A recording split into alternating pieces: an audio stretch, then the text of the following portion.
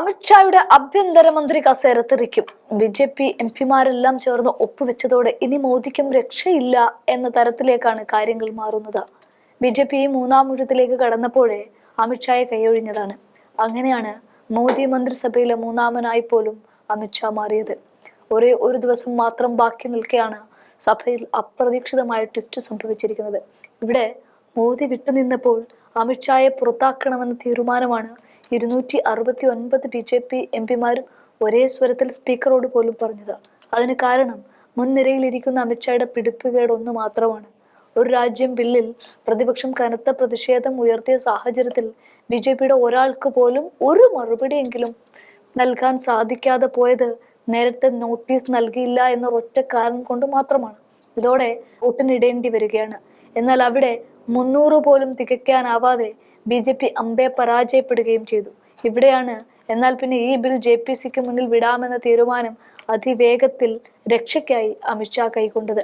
എന്നാൽ അവിടെയും അമിത്ഷായ്ക്ക് അടിയിട്ടിരിക്കുകയാണ്. ജെ.പി.സി മെമ്പറായി പ്രിയങ്കയ്ക്ക് ചുമതല നൽകിയതോടെ വീണ്ടും അമിത്ഷാ നിന്ന നിൽപ്പിൽ ഇല്ലാതാവുന്ന കാഴ്ച കൂടിയാണ് കണ്ടത്. ഈ വിഷയങ്ങളൊക്കെ അവിടെ നിൽക്കുമ്പോൾ തന്നെ അങ്ങനെ എരിഞ്ഞുകൊണ്ടിരിക്കുന്നതിനിടയിലാണ് വീണ്ടും അമിത്ഷായുടെ നാവ് അമിത്ഷായെ ചതിച്ചത്.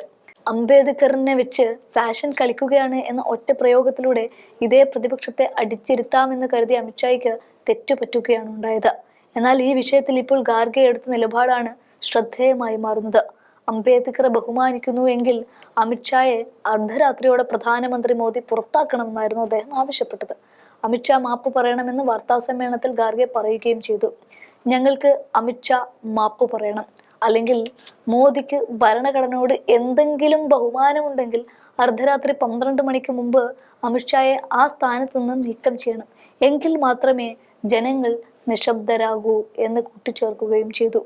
ചൊവ്വാഴ്ച വൈകുന്നേരം നടത്തിയ പ്രസംഗത്തിൽ ബി.ആർ. അംബേദ്കറുടെ പേര് കോൺഗ്രസ് വിളിച്ചതിന്റെ അത്രയും തന്നെ ദൈവത്തിന്റെ നാമം വിളിച്ചിരുന്നു എങ്കിൽ സ്വർഗം കിട്ടിയേനെ എന്നാണ് അമിത്ഷാ പറഞ്ഞത്.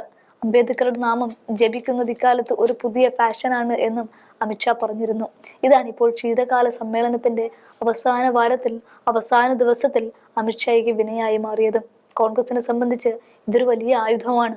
ഇത്തവണത്തെ 25 ദിവസം ചേർന്ന സഭാ സമ്മേളനത്തിൽ ഭരണപക്ഷമായ ബി.ജെ.പിക്ക് യാതൊരു ചലനവും ഉണ്ടാക്കാൻ സാധിച്ചിട്ടില്ല എന്നതാണ് ഏറ്റവും പ്രസക്തമായ കാര്യം. പ്രതിപക്ഷ ബഹളത്തെ തുടർന്ന് കലുഷിതമായ പാർലമെന്റ് എല്ലാ ദിവസവും സ്തംഭിപ്പിക്കുമ്പോൾ സഭ പിരിച്ചുവിടാൻ മാത്രമാണ് സ്പീക്കറെ കൊണ്ട് പറ്റിയിട്ടുമുള്ളൂ.